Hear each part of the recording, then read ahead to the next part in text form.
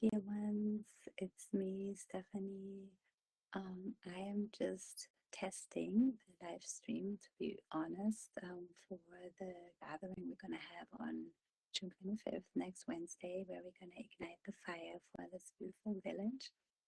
And I thought I'm going to test it just to see how it's all working, because this is definitely a stretch for me. I haven't done a live call on this platform, and it's a little different also than Zoom, uh, but it looks like it's working.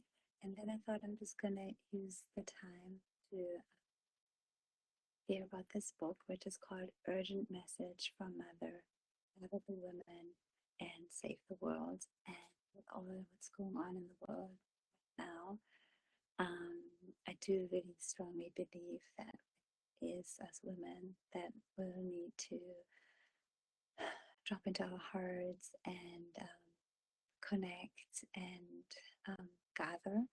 And this whole village here is really an intent to, yeah, nurture and support us um, when the world outside feels crazy. And for us expat and immigrant moms who hold two homes in our hearts and raising kids, you know, it is an extra just time, um, because the future feels so uncertain and sometimes even dark.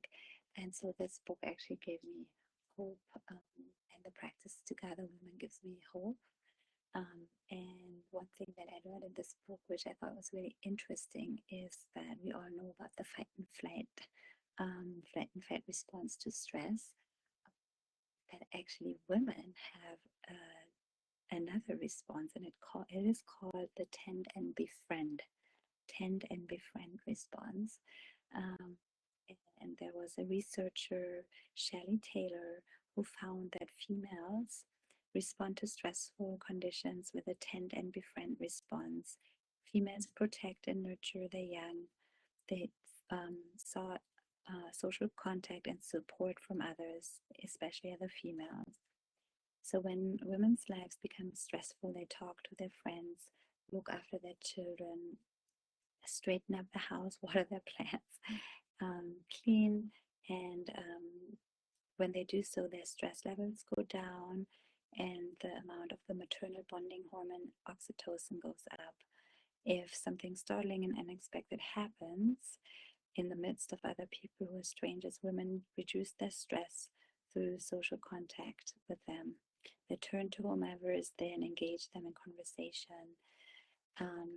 And to me, that was just a really beautiful idea that in the future, you know, when women are leading more, instead of when there is a threat to go into fight, which I think is what's happening all around the world right now, but to actually befriend and tend and get our stress levels down before making any decisions. And I think, yeah, for me, holding the circle here has that quality too, where we get our stress levels down so that we can parent from this beautiful place for our children, that we are good role models, good ancestors to future generations.